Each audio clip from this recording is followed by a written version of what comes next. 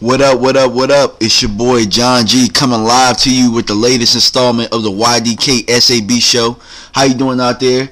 First and foremost, I want to thank everybody for listening. The topic that I will touch on today, it is the latest news coming out. My man Big Cool broke this news yesterday. A couple of outlets have broke this news that Floyd Mayweather and his team rejected the $5 million fine for a failed drug test.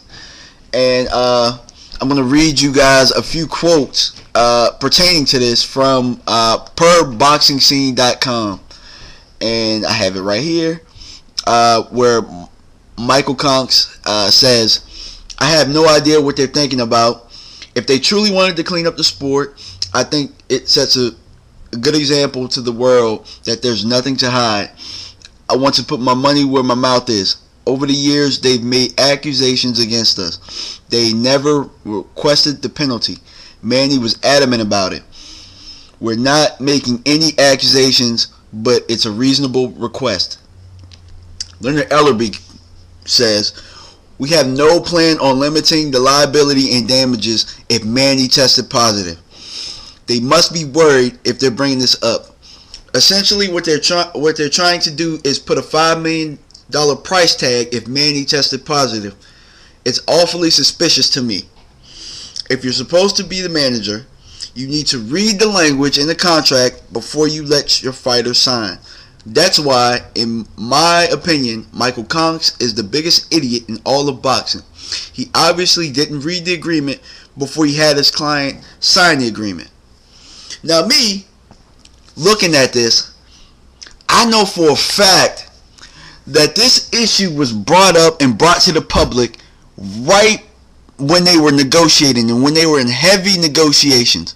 So here's my question, and this is my logic, and this should be everybody else's logic. Why wasn't this added into the final agreement?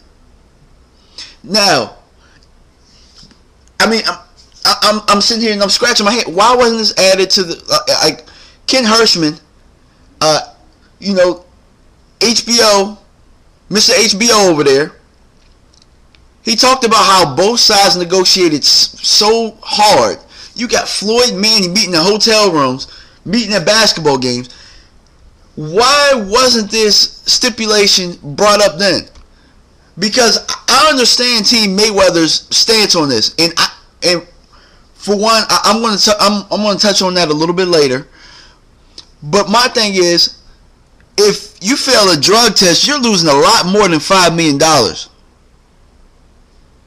You're facing a 4-year ban, and you're definitely for certain are risking your $120 million payday if you're on Floyd's team. So, I understand that side. But here's my thing. If Manny Pacquiao was so adamant about having this, having this done, why did Team Pacquiao, why did Michael Conks, why did whoever negotiated on their side, Bob Arum or whoever, why wasn't this brought to the forefront? Then, why is it being brought up now? All of a sudden, you see a few videos of Floyd chopping wood. You see Memo Heredia and Alex Ariza taking pictures and now all of a sudden this is being brought up. In my opinion, I believe this is drumming up publicity. This can't possibly be a serious claim here. I mean, yeah, do I believe it? Possibly, but I don't think that this is so serious because, I mean, if you're looking at outlets and you follow what's going on, all you hear about is how they have the remedy.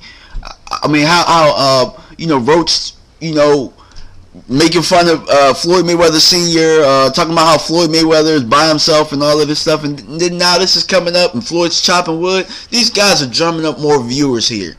That's what this is.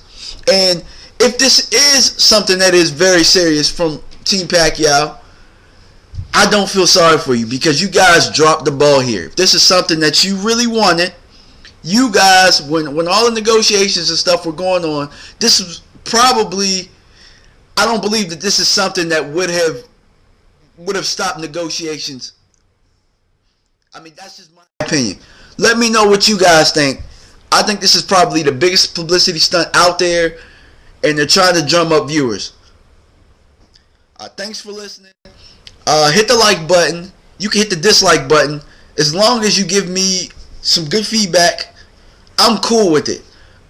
Make sure that you subscribe to Colossal Boxing Talk CBT. Watch my brother's videos too. And let's get this thing cracking, man. May 2nd is almost here. All right, everybody. Peace.